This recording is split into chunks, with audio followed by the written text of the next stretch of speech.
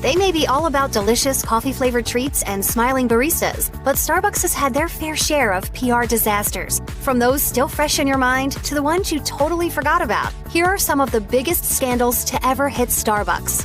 Starbucks doesn't fill its cups up enough.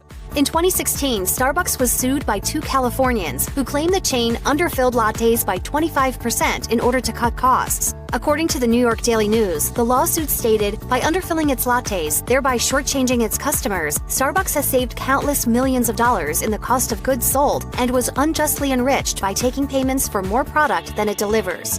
The lawsuit also claimed the company had a, quote, systematic conspiracy to make sure the steamed milk never reached the correct fill line. Starbucks released a statement to eaters saying they fully believed the lawsuit was without merit. In the end, CNBC reported the lawsuit was dismissed.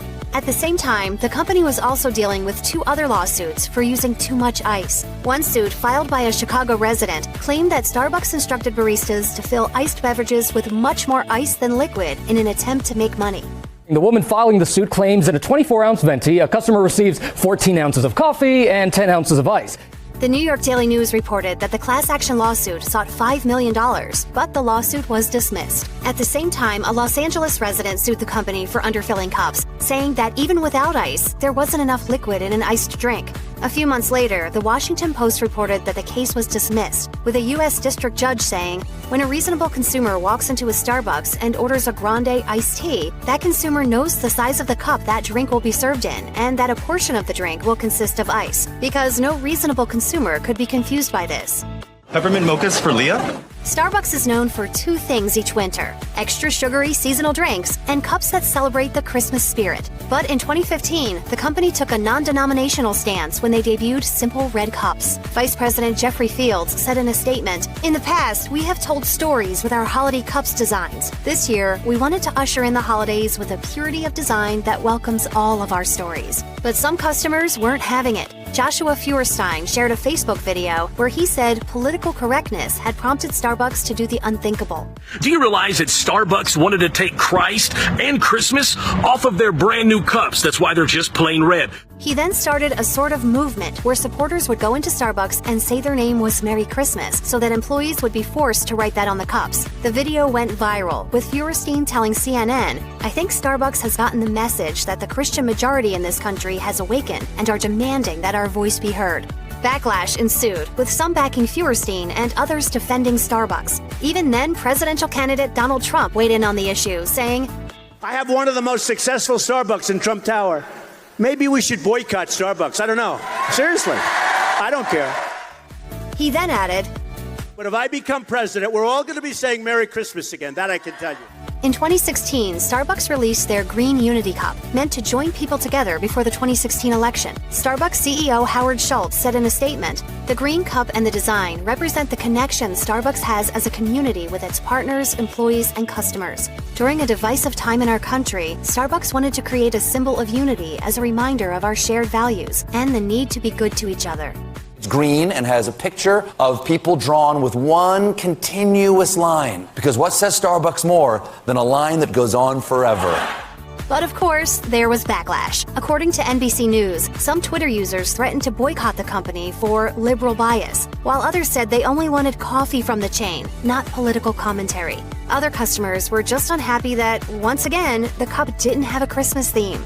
The cup controversy didn't stop in 2016. The following year, a holiday-inspired design still incited backlash after BuzzFeed News reported the design was, quote, totally gay. Take a look at it. It looks nice. It's hard to spot. You really have to look for it. The outlet claimed that many social media users felt that the design portrayed the clasped hands of two women. Starbucks didn't confirm or deny the suspicions, but released a statement saying, "Each year during the holidays, we aim to bring our customers an experience that inspires the spirit of the season, and we will continue to embrace and welcome customers from all backgrounds and religions in our stores around the world." The New York Times reported that many customers were furious that the hand-holding might be between a gay or lesbian couple. Conservative site The Blaze wrote about how the company was being celebrated for pushing a, quote, gay agenda. Even if they were lesbians, is that a big deal? Overall, it was just another Starbucks holiday cup controversy. In 2017, Schultz released an official statement announcing that Starbucks would be hiring refugees after Trump issued an executive order that banned people from several Muslim countries from entering the United States. Schultz said, "We have a long history of hiring young people looking for opportunities and a pathway to a new life around the world. There are more than 65 million citizens of the world recognized as refugees by the United Nations, and we are developing plans to hire 10,000 of them over 5 years in the 75 countries around the world where Starbucks does business." The decision quickly resulted in a lot of social media backlash. Fortune reported that the hashtag boycott Starbucks was the highest trending topic on Twitter the morning after the announcement was made. Some Twitter users were furious by the company's decision, while others promised to continue spending their money on Starbucks coffee. This is my dress for the pageant. My aunt and my mom made it. Represents the pumpkin spice latte. My left glove is for the coffee and my right is for the phone. If there's one thing Starbucks is famous for, it's the pumpkin spice latte. And at first, it seemed that the cult favorite could do no wrong. Put a little cinnamon in there, put a little nutmeg in too. It's a pumpkin-y swirl onto a beautiful, beautiful beverage. But in 2015, controversial food blogger Vani Hari, also known as Food Babe, revealed there was no actual pumpkin in the drink.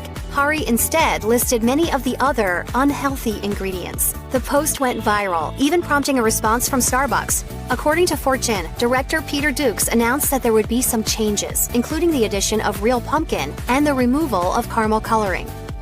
If you thought the pumpkin spice latte might be the natural enemy of the Starbucks barista, you'd be wrong, because ladies and gentlemen, this is it right here. In 2017, Starbucks got tons of attention for their limited edition, Instagram-worthy Unicorn Frappuccino. But unfortunately, its dazzling colors led to a lawsuit. In May of that year, the New York Post reported that the parent company of the cafe, The End Brooklyn, sued Starbucks in a $10 million trademark infringement lawsuit, saying that the end customers assumed they were getting a knockoff of the Starbucks drink when theirs was actually out first. The End launched their Unicorn Latte in December 2016, and they even applied to trademark the name on January 20th. Starbucks spokesman Reggie Borges said via Business Insider, "We know about the claims, and we believe they are without merit." The Starbucks Unicorn Frappuccino blended beverage was inspired by the fun, spirited, and colorful unicorn-themed food and drinks that have been trending in social media. The lawsuit was then settled out of court. In 2015, Starbucks endured one of their most epic fails ever, the Race Together campaign. It was a week-long effort to get their employees and customers to talk about race. In a statement, Schultz asked partners to write #RaceTogether on cups to start a conversation, saying, "We at Starbucks should be willing to talk about these issues in America, not to point fingers or to place blame, and not because we have answers, but because staying silent is not who we are." I have to believe that Starbucks expected some sort of backlash here, but it seems like it maybe caught them a little bit off guard. Starbucks may have meant well, but the campaign didn't go as planned. Not sure what Starbucks was thinking. I don't have time to explain 400 years of oppression to you and still make my train. According to Fast Company, Race Together earned 2.5 billion social media impressions in less than 48 hours, mainly full of backlash against the campaign, which was called superficial, tone-deaf, and insensitive, among other things. Business Insider would later call it Starbucks' quote, most embarrassing moment in history. In 2018, Starbucks joined the conversation about being environmentally conscious when they announced that they would be getting rid of plastic straws, saying they would instead use strawless plastic lids. The company said in a statement, Starbucks is announcing today that it will phase out plastic straws from its more than 28,000 stores worldwide by 2020, a decision that will eliminate more than 1 billion straws a year.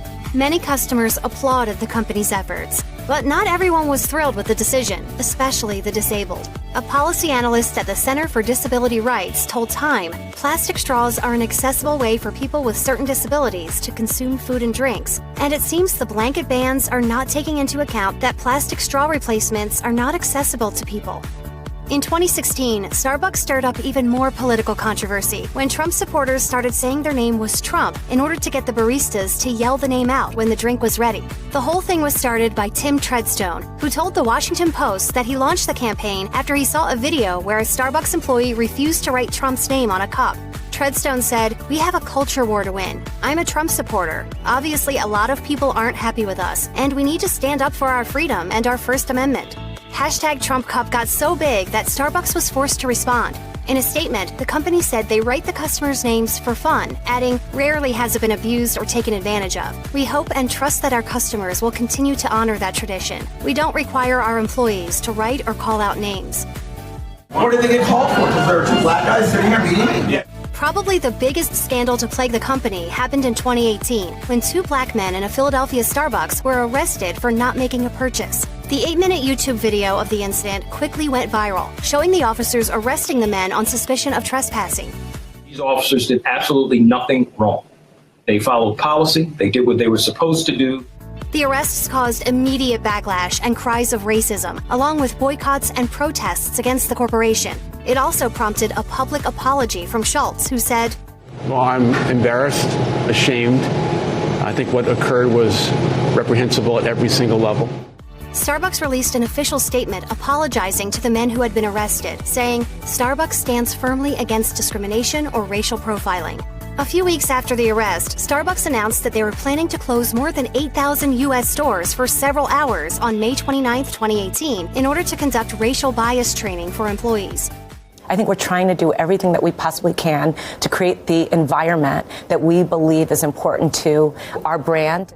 But even this attempt to make things right didn't sit well with everyone. Some felt that it wasn't the right approach to the issue, while many customers were simply annoyed that their store would be temporarily closed. In the end, not all employees were impressed either. Starbucks employee Mohammed Abdi told Time that he wanted to participate in discussion with coworkers rather than just watching a video. One African-American employee named Jason said, "Helpful? It kind of reaffirms things that I know already." A Mexican employee named Alicia told the publication, "They told us we need to be color brave instead of color blind. Me and my coworkers of color felt uncomfortable the entire time."